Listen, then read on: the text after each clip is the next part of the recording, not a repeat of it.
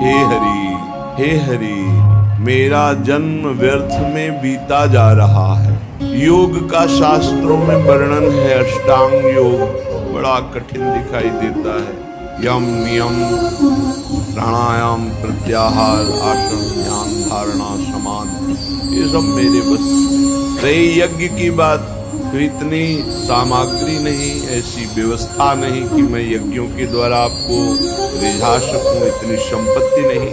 और जो मंत्रानुष्ठान साधनाएं हैं वो बड़े संयमी पुरुषों द्वारा होती, जो जितेंद्रीय पवित्र अंतःकरण वाले। हम विषयी जीव कैसे अनुष्ठान करें, सब कठिन दिखा रहा। हे हरि, हे हरि, मेरा जन्म व्यर्थ बीता जा रहा। मेरे हृदय में जब देखा तो भक्ति का भाव भी नहीं है, ना कोई साधना का नेम है, भजन का नेम है, ना कहीं मेरा चित्त एक जगह ठहराता है, बड़ा चंचल है, भागता रहता है मन। ये गजराज की तरह मत मन जब जैसा चाहता है वैसा कर लेता है, कोई अंकुश नहीं मांगता। मैं बहुत बार बार पछता रहा हूँ। हे हरि, हे हरि, मेरा जीवन व्यर्थ बीता जा रहा। एक बात समझ में आ गई आपकी कृपा से, यज्ञ योग नियम संयम साधन अनुष्ठान सब मेरे से नहीं। एक जगह चित्त नहीं ठहरता, बड़ा चंचल स्वभाव, जितेंद्रीय विषय, कैसे मेरा जन्म तो व्यर्थ बीता। एक बात समझ में आई, ये बहुत बड़ी है। जब मैं भयभीत होकर पूरा प्रयास किया, मेरा मन किसी साधन में सफलता प्राप्त नहीं की, तो आपकी कृपा से एक बात याद आई, भगवान का नाम सर्व मंगल करने वाला। चाहे भाव से जपो, कुभाव से जपो, पवित्र जपो, पवित्र कैसे भी अगर सादर आदर पूर्वक नाम जपे, बिना प्रयास के भव समुद्र से पार हो जाए।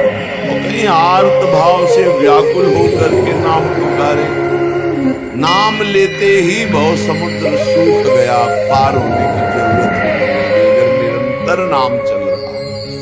स्वामिनी जी ने जब देखा कि केवल मेरे नाम का आश्रय ले लिया, राधा राधा राधा, घोरी सखी जी कहती, मेरी अलवेली महामहिमामयी महारानी मुझे देख देख के मुस्कुराने लगी कि सही बात पकड़ ली, सब साधनों का सार नाम। पर नाम शर्त है, अगर ऐसे नाम पुकारा जाए तो बहुत लाभ मिलता, अनन्य भाव से, दैन्य भाव से, आर्त भाव से।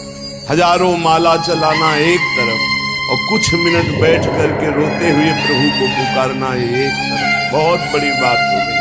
हृदय से आर्त भाव से हम कह रहे हैं, अगर हृदय से आर्त भाव से रोना नहीं आता तो बनावटी ही रोवे, झूठा कहले साचा होए। अगर हम बनावटी रोएंगे तो कभी न कभी हम पर भी कृपा हो जाएगी, भगवान या भगवान का कोई भक्त हम पर कृपा कर देगा। बनावटी रोए तो भी रसिक अनन्यों के संग से जब अनन्यता जागृत होती है तो वेदान्न विसन्यस्ति, वो शास्त्र और वेदों के सिद्धांतों को भी प्रणाम करके त्याग देता है। जब वेद रीति का त्याग कर दिया तो लोक रीति की बात क्या है। जितनी सब धर्म की चेष्टाएं हैं उन सब को पूर्णता पूर्वक नमस्कार करके त्याग देता है। तो करता क्या है, श्री राधा माधव का महाप्रेम रस जो चमत्कारिक है उसमें चित्त को जोड़ता है। तो रसिकों का संग, रसिकों के संग से लोक रीति और शास्त्र रीति का पूर्णता पूर्वक त्याग करके एकमात्र राधा माधव के प्रेम में अनन्य हो जाता है, जो तो उसके जीवन में ऐसी स्थिति प्राप्त होती कि स्थावर जंगम जहां दृष्टि जाती, भावनात्मक थोड़ी भी अगर झांकी आने लगे प्रिया प्रीतम की तो दशा बदल जाएगी। पूर्ण रूप से तो वो सहचरी भाव में ही प्रकट होते हैं। जो सहचरी भाव को प्राप्त हो चुका है सिद्ध पुरुष वही देख सकता है बिहारी बिहारिन जी को, दूसरे की तो सामर्थ्य ही नहीं है। बहुत सावधानी की बात है, और जीवन में सबके जीवन में एक बार ये प्रश्न खड़ा हो, इसे सौभाग्य मत मान लेना, इसे प्रारब्ध मत मान लेना। प्रारब्ध से भोग का सानिध्य मिलता है, भोग क्रिया नहीं होती। भोग क्रिया अज्ञान से होती है। प्रारब्ध से सामग्री एकत्रित हो जाएगी, भोग का संयोग का वो सब प्रारब्ध रचना कर देगा, लेकिन क्रिया अज्ञान से होती है, क्रिया कामना से होती है। इसलिए कह रहे हैं यदि राधा माधव के प्रेम रस में डूबने के मार्ग में उपासक चला तो उसके जीवन में एक बार ही सही पर ऐसा अवसर आएगा कि वो परस्पर विपरीत शरीर का भोग करने का प्रश्न माया करेगा। घूमते रहते हैं माया के पार्षद, घूमती रहती हैं माया की पार्षद। बहुत सावधान, हरि को रिझाओगे तो वैकुंठ का द्वार, वृंदावन के दिव्य धाम का द्वार, साकेत द्वार, कैलाश धाम का द्वार खुलेगा। और जगत के शरीरधारी को रिझाओगे तो आखिरी द्वार वही है मलमूत्र का, और कुछ नहीं। त्रुटि हो सकती है हमसे गलती हो सकती है। कभी बलवान न बने, कभी पहलवान न बने। दैन्य और चरण छू, ये दो बातों से बच सकते हो। चरण छू कि हे जगत जननी, हे अम्बा, कभी आपके प्रति मेरा पहली दृष्टि पड़ते ही या तो नव किशोरी जगदम्बा, लाडली जी की सहचरी या माँ, या अपना पवित्र भाव तुरंत आरोपित कीजिए। और स्त्री शरीर को लिखा है बराबर क्या है तो सगा भाई। क्या सगा भाई को देखकर काम जागृत होता है? क्या अपने छोटे बेटे को देखकर काम जागृत होता है? क्या पिता को देखकर काम जागृत होता है? पर उपासक को ये पक्का विश्वास कर लेना चाहिए कि मेरे जीवन में ये प्रश्न आएगा, आता है, आता रहेगा। आपके पास 1 करोड़ रुपया जमा किया और आपका मन हुआ कि अरे मैं फंस गया क्या, तो 1 करोड़ यमुना जी में फेंक दो, मुक्त हो गए। लेकिन एक बार जीवन में फिसल गए तो उसकी पूर्ति नहीं होने वाली। जब तक कोई बहुत ऐसा संयोग की बात बन जाए कि बात करना ही है, तो उसके चरणों में दृष्टि रखते हुए, मुख की तरफ दृष्टि रखते हुए साधक कभी बात नहीं करते। नहीं, चरणों पर ऐसे दृष्टि रखते जी, प्रत्युत्तर कम शब्दों में और भाग ले। यदि हम भगवत मार्ग में चल रहे, कोई हमारी निंदा करता है, तर्जना करता है, तो जैसे अपना भाई अपना घर का, अपने गोत्र का, परिवार का कोई लड़ाई झगड़ा करे, वैसा अरे घर का आदमी कोई बात नहीं, ऐसे टाल देते हैं, ऐसे भाव रख लेते हैं। या हम भाव रख लेते हैं भगवान के द्वारा विधान किया हुआ भेजा गया है, कोई हमारे प्रारब्ध का क्षय हो रहा है, और जो हमसे विद्वेषी उसे हम महामित्रवत भाव रखें। नहीं, हम में और संसारी पुरुष में क्या अंतर है? पूज्य श्री भाई जी हनुमान प्रसाद पोद्दार जी महाराज साधकों के लिए बहुत अमृतमय वचन लिखे। भगवान को प्राप्त करना है तो तीव्र अभिलाषा जागृत करो। नाम जप से, सत्संग से, सदाचरण से, दूसरों की सेवा से, पवित्र शरीर, पवित्र मन, पवित्र विचार, पवित्र वाणी, तो परम पवित्र सच्चिदानंद भगवान की प्राप्ति की अभिलाषा साधु संग से निश्चित जागृत हो जाए। अन्य कामना जब उत्पन्न हो जाती है तब भगवान की प्राप्ति की अभिलाषा नहीं हो सकती। जब भगवत प्राप्ति की इच्छा जागृत होती है तब भगवान के अनुकूल आचरण और प्रतिकूल आचरणों का त्याग, ये नियम लेना होता है। जब साधक ऐसा आचरण बहुत समय तक करता है तो उसके प्राणों में रुदन करने की इच्छा जागृत होती है और वो क्रंदन करने लगता है। रोते रोते उसके हृदय में विरहाग्नि जलाती है और उसी विरहाग्नि को शीतल करने फिर भगवान को आना, फिर उसे भगवत प्राप्ति।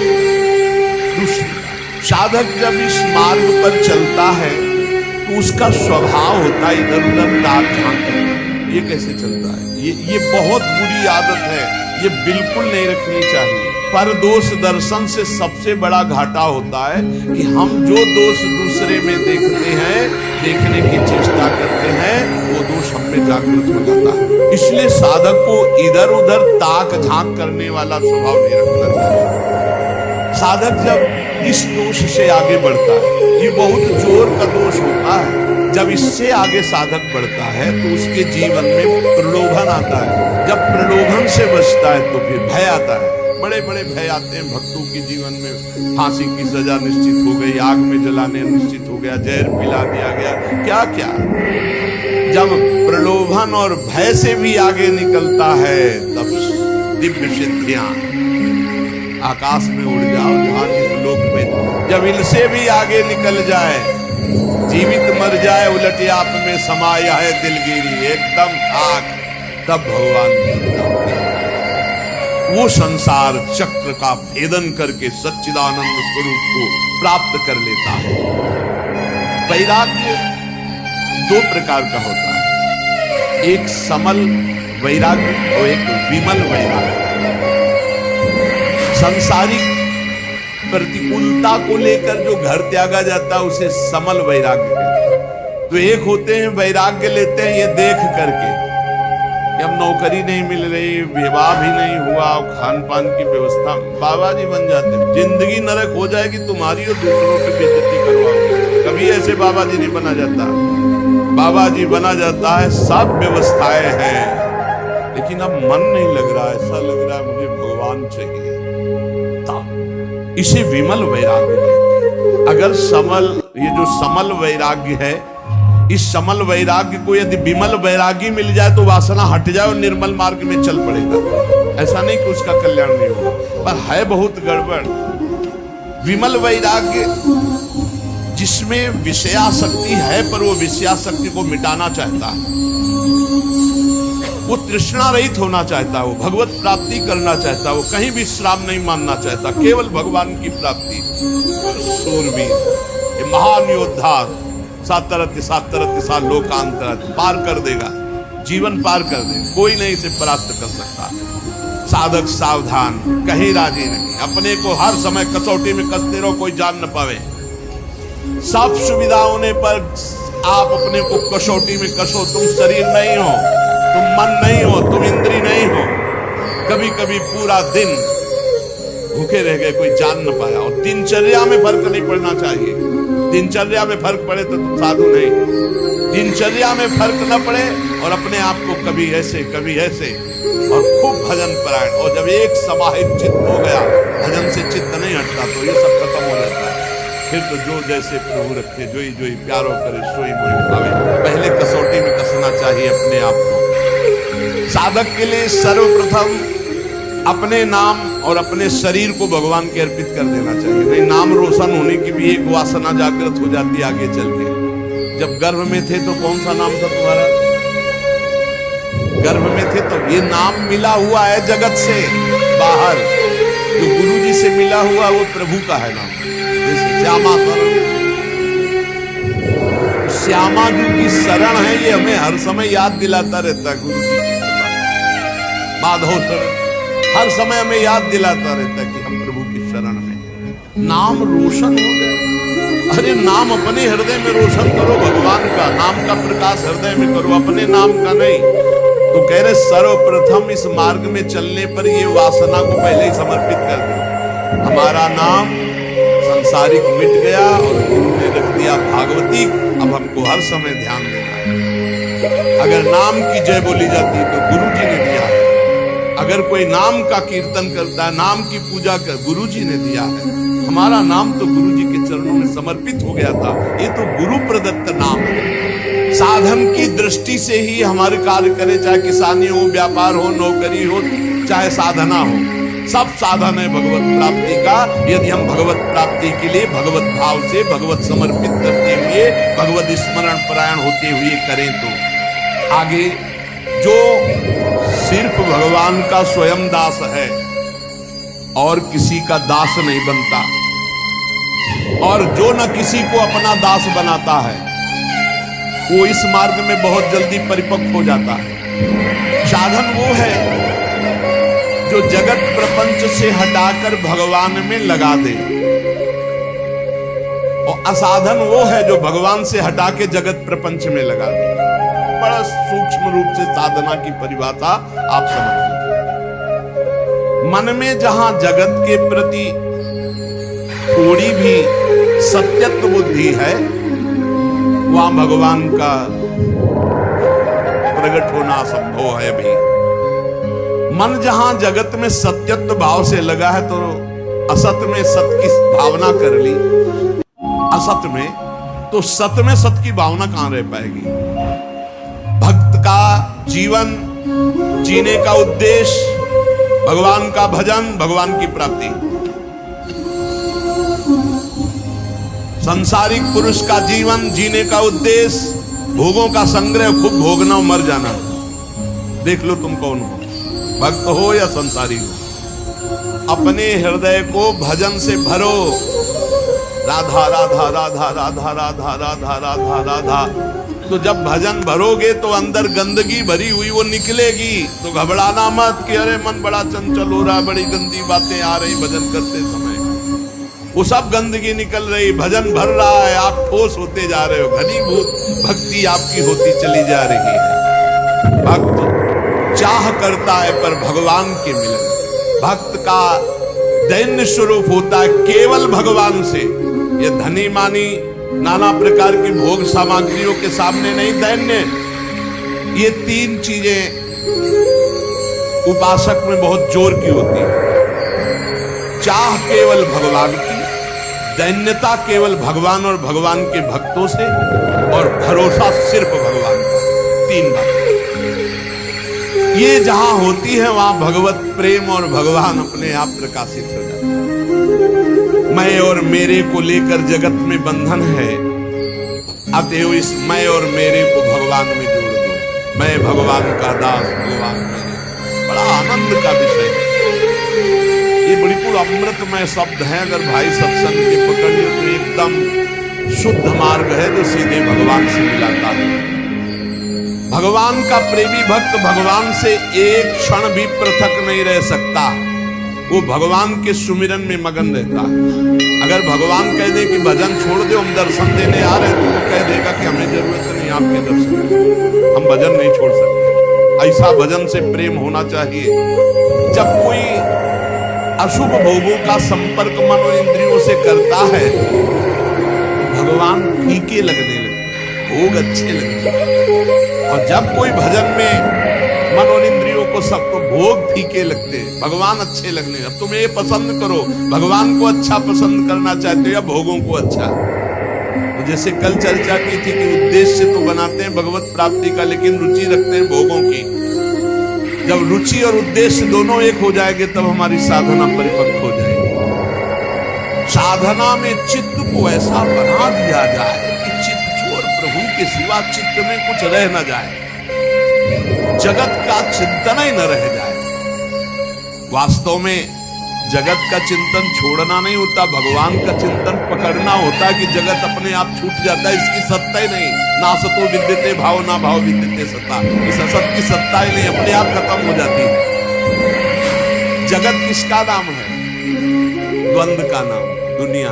द्वंद्व, मान अपमान, लाभ हान, सुख दुख, जय पराजय, जन्म मृत्यु, इसी का नाम जगत।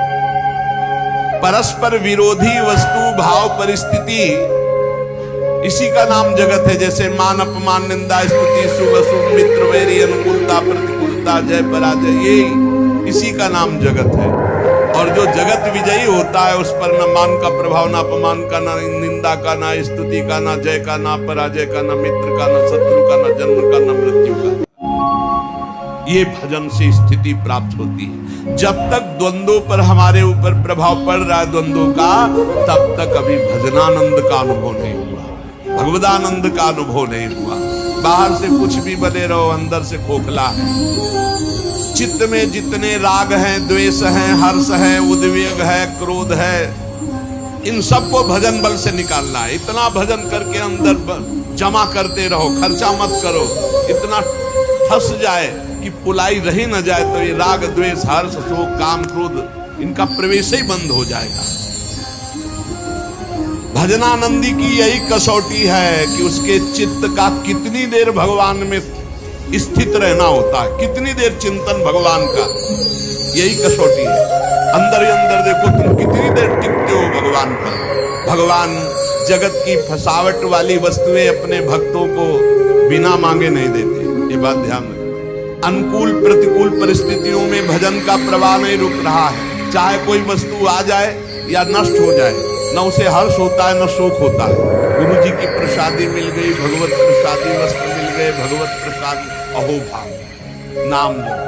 संसार की कोई वस्तु, संसार की कोई प्रियता की वस्तु मिले हर्षित नहीं हो। जब तक अनुकूलता, प्रतिकूलता, हर्षित, शोक नहीं, इन सब में रौंद दो निरंतर भजन परायण। चित्त जगत को छोड़ने के लिए तैयार नहीं होता, इसको समझा बुझाकर तैयार किया जाता है। जैसे उस साधक ने उत्तर दिया, हम तुमसे अनुराग करेंगे तो हम भी भ्रष्ट हो जाएंगे और तुम्हारा मार्ग भी बाधित हो जाएगा। अगर हम प्रभु से अनुराग करेंगे, तुम हमसे अनुराग करोगे, तुम्हारा काम तो हो जाएगा। जिस प्रकार हम पूर्व की ओर जाने की बात करने वाले का मुंह जब पश्चिम की ओर कर दे और फिर दौड़ाएं तो क्या कभी पूर्व की ओर पहुंच पाएगा? नहीं। ऐसे ही हम बातें तो परमार्थ की करते हो, चलते संसार की हो गए, संसार की तरफ तो हमारा क्या बुद्धि योग भगवान से हो जाएगा? हमारा बुद्धि योग विषय भोगों से होगा। ज्ञान वैराग्य की बातें करने वाला यदि भोगों को भोगता है और भोगों में मन को दौड़ाता है तो ठीक वो वैसे जैसे पूर्व की जाने की बात करता दौड़ता पश्चिम की तरफ है। हमको ऐसे लोगों से नहीं, हम साधकों से बात करें। कुछ भाई जी महाराज साधक स्वयं को धोखे में न रखे। बहुत अच्छा लगता है जब कोई आशिक साधक दिखाई देता है ना भगवान का, दिल में फूलन आती है। बहुत सुंदर, शाबाश, चल भगवान का आशीष तुम्हारे साथ है। माया का ये प्रपंच प्रवाह तुम्हें रोक नहीं सकता, तुम निकल जाओ। बस जिसने ठान ली वही निकल पाता है। यहां कोई प्यार दुलार करेगा? प्यार दुलार तो सिर्फ हरि का चाहिए, सिर्फ हरि का। आप बादशाह हो, तुम भगवान के दास हो, किसी से मत भिगियाओ। यहाँ सब प्यार के कंगाल है। प्रेम कहाँ यहाँ है? प्रेम तो प्रेम समुद्र, प्रीति की रीति रंगीलो ही जाने हरि ही है। बड़ा दुलार करते हैं। प्यार की भीख मांगो तो हरि से मांगो, ये जगत में नहीं है। जगत में स्वार्थ, काम, राग, आसक्ति, मोह, प्यार नहीं है। प्यार नहीं, यहाँ प्यार का नाटक करके परोसा जाता है। काम, राग, मोह, आसक्ति, प्यार तो सिर्फ हरि से, सिर्फ हरि से। विश्वास मान लीजिए। सुहृदम सर्वभूतानां ज्ञात्वा मां शांतिम रक्षति। ये जो जान लेता है कि भगवान सबके सुहृद एवं परम शांति को प्राप्त, अर्थात हमारे प्यार का विषय सिर्फ भगवान। विहाय कामान या सर्वान पुमाश्यति निस्पृहा निर्ममो निरहंकारा सशांति बदिगच्छति। जो समस्त कामनाओं का त्याग करके निस्पृहा, किसी से कोई स्पृहा नहीं रखता, किसी से ममता नहीं रखता और अहंकार भी नहीं करता, वो परम शांति को प्राप्त हो जाता है। शांति अंदर है, कहीं बाहर से नहीं। भगवान अंदर है, बाहर खोजो तो ढूंढते चले जाओ, कहां मिले? चाहे जहां चले बैठ जाओ, राधा राधा जपो, अंदर ही से पर्दा हटेगा।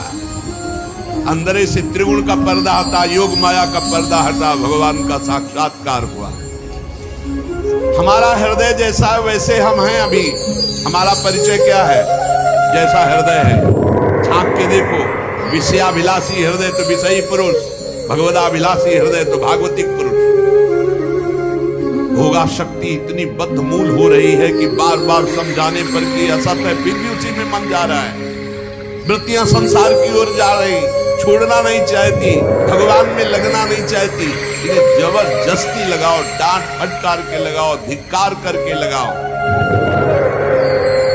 जगत को छोड़कर भगवान के चिंतन में वृत्तियां जब तक नहीं लगेंगी तब तक शांति नहीं, तब तक आनंद नहीं। मन भगवान के आने से खिल पड़ेगा। जन्म जन्मांतर से भटका गोस्वामी जी जाकी कृपा लवलेश ते मति मंद तुलसी दास पायो परम विश्राम राम समान प्रभु नाही कहूं। परम आनंद, परम शांति। अभी शब्द का अर्थ नहीं समझ पा रहे। परम शांति किसे, परम आनंद किसे कहते हैं?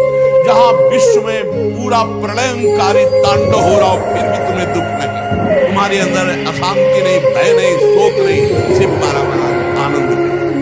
महान प्रलयाग्नि में भी जो आनंद को बाधित न कर सके उसे परमानंद कहते हैं, उसे भगवदानंद कहते हैं, और वो मिलता है चिंतन से।